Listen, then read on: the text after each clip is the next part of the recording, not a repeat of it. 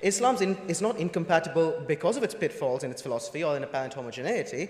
Islam's incompatible because even with its factionalism, even with its radically different sects of Sunnism, of Shiism, and so many others, ultimate power lies not in the hands of any one person or people, it lies in the intangible hands of Allah. Therefore, decisions and their impact are not anchored to a state or government that can be held accountable, but to an irrefutable concept of a supreme being that cannot and will not answer to humanity. Hey there, beautiful humans. You just watched a young Indian student stand before a hall full of Muslim debaters, calm, fearless, and say something so provocative that the room froze before erupting in applause. But what if I told you that clip wasn't just a speech? It was a warning. Because behind those carefully chosen words lies a question. That's tearing through universities, parliaments, and prayer halls across the world. Can a faith that answers only to God ever coexist with a democracy that answers only to the people? When the student said ultimate power lies not in the hands of people, but in the intangible hands of Allah, he wasn't just talking about Islam, he was exposing a global paradox. Every society wrestles with this. Who controls truth, the believer or the citizen? Look at Pakistan, born from the dream of Islamic democracy. 70 years later, its biggest battle isn't with enemies abroad, it's between clerics and lawmakers deciding who gets to define God's law. Pakistan's constitution declares Islam as the state religion, yet promises democracy. But when clerics issue fatwas that override parliament, when blasphemy laws silence dissent, when mob justice replaces courtrooms, where does the people's will end and God's will begin? Iran calls itself a republic, yet every ballot is shadowed by a theocratic council that decides which voices count. They vote, yes, but the Guardian Council vets every candidate, ensuring no one who truly challenges the system ever reaches the ballot. It's democracy with a divine filter. Turkey tried to modernize. Ataturk built a secular republic from the ashes of an empire, then reversed course, silencing dissent under the banner of faith. Erdogan transformed the country back toward religious governance, arresting journalists, shutting down opposition, all while claiming to represent the people's will. Every time someone tries to merge God and democracy, the bridge burns from both ends. But here's where it gets darker. After that debate, the student's clip spread like wildfire. Millions watched. Some called him a truth-teller. Others, a heretic. His inbox flooded with threats. Professors distanced themselves. Social media erupted into tribal warfare, those defending free speech versus those defending faith. And yet his argument kept echoing. If power belongs to God, then who dares hold power accountable? Think about what that means. In a democracy, bad leaders get voted out.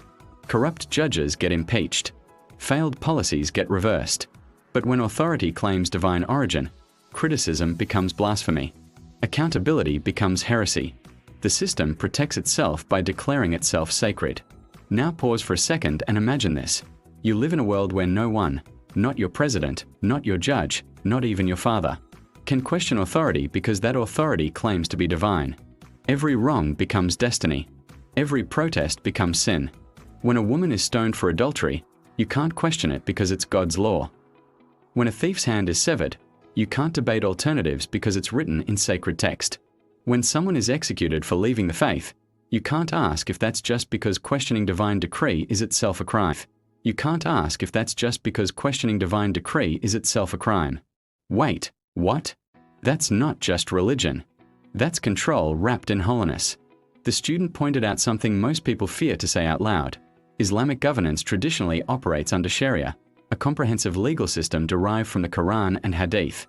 Sharia isn't just spiritual guidance, it's law, economics, family structure, criminal justice. And here's the tension. Sharia is considered divine and therefore unchangeable. Democracy, by contrast, is human and therefore constantly evolving. Laws change. Rights expand. Yesterday's crime becomes today's freedom. So what happens when these two systems collide? Saudi Arabia, for decades, banned women from driving, not because of traffic concerns, but because religious authorities deemed it un-Islamic. Then suddenly, in 2017, they reversed it.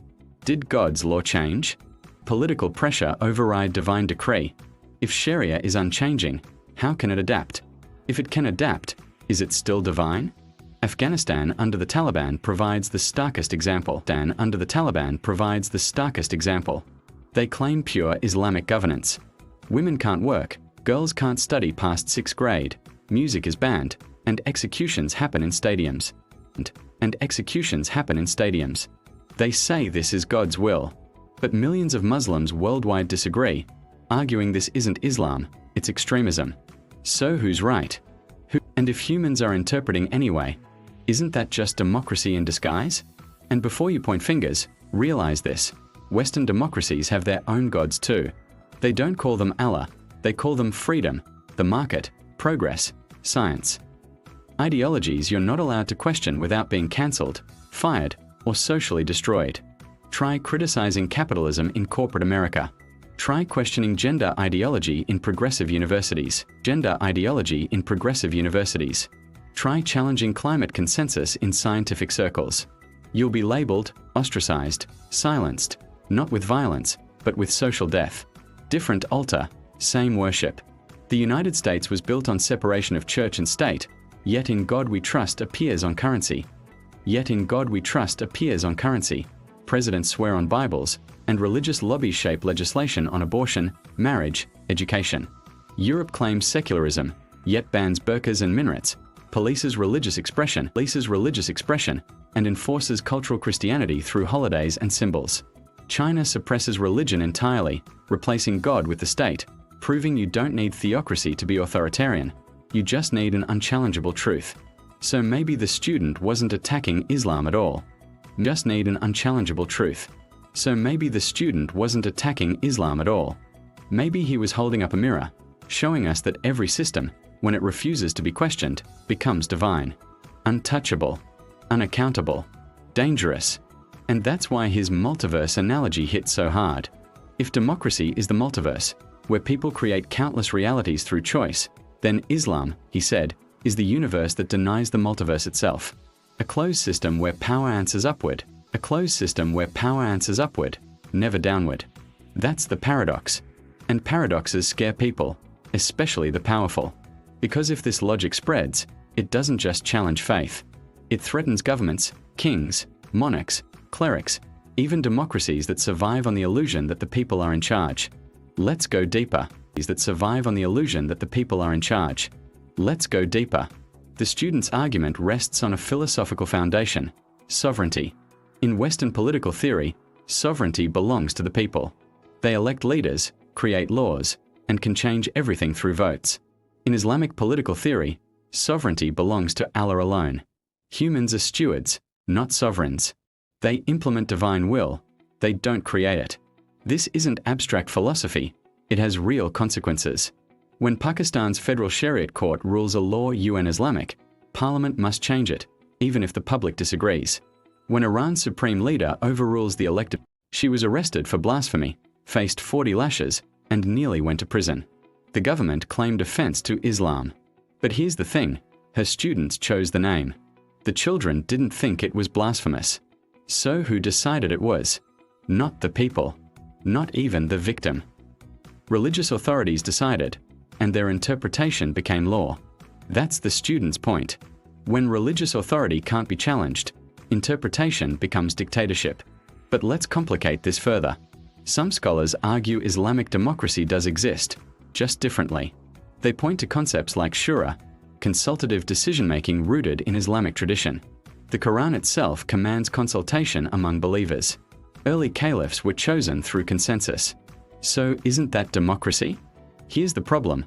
Shura isn't binding. Leaders consult, but they don't have to obey. There's no mechanism to remove a leader who ignores consultation.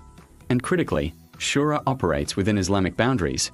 You can't consult your way out of Sharia.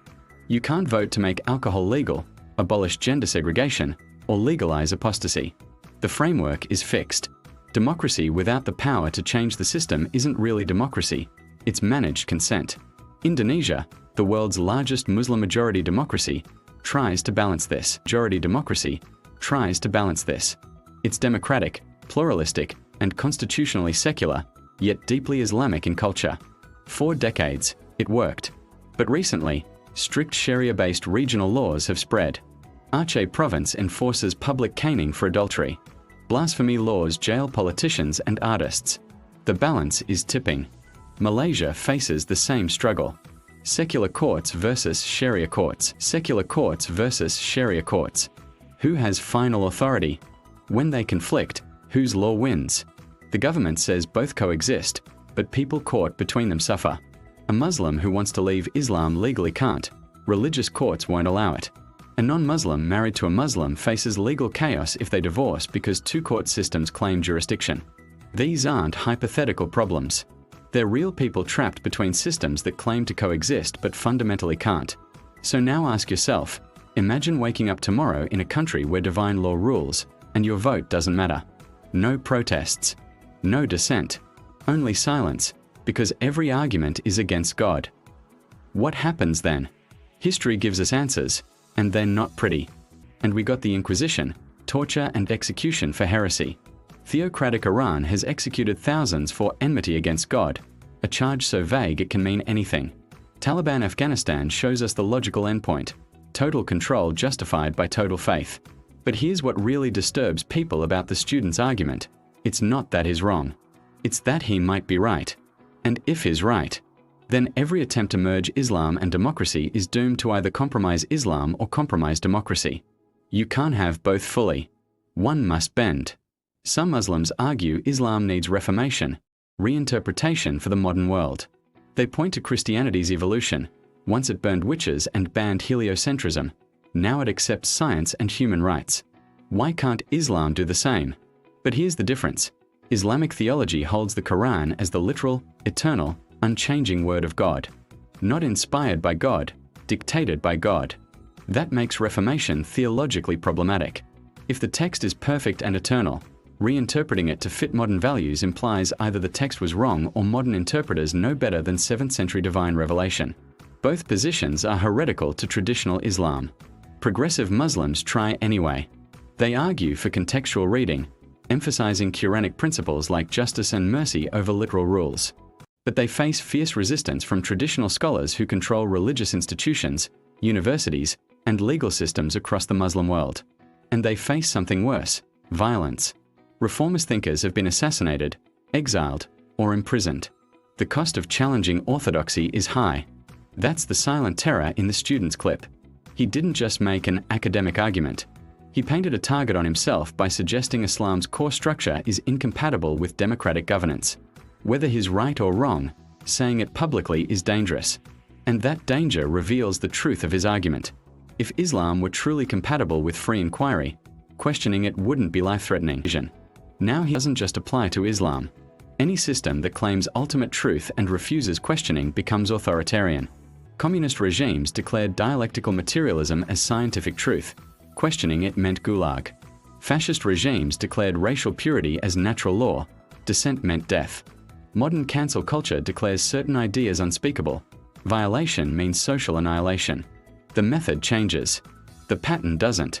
Declare something sacred, make questioning it taboo, enforce compliance through fear. That's not religion, that's control. So what's the answer? Can Islam and democracy coexist? Maybe the question is wrong.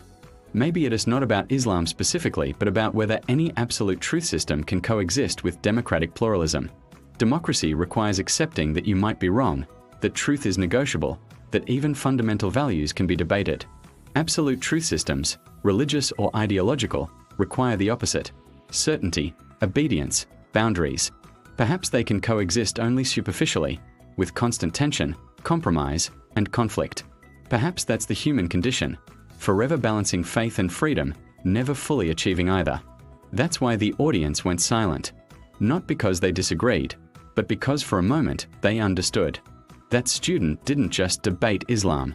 He debated humanity's oldest struggle, the balance between faith and freedom, between what we believe and what we allow others to believe, between God's law and man's law, between the eternal and the evolving. And he did it without hatred, without disrespect, just pure, uncomfortable logic that forced everyone listening to confront questions they'd rather avoid, saying the truth, or reckless for challenging a power that answers to no one. Was he exposing a fundamental incompatibility, or oversimplifying a complex relationship? Does his argument help us understand the world better, or does it fuel division and misunderstanding? Let's see where you stand. Drop your thoughts below. Because this conversation isn't over, it's just beginning. And how we answer these questions might determine whether future generations live under systems that serve people or systems that demand people serve them. Thanks for watching. Stay curious. Stay questioning. And remember, the most dangerous idea is the one you're not allowed to challenge.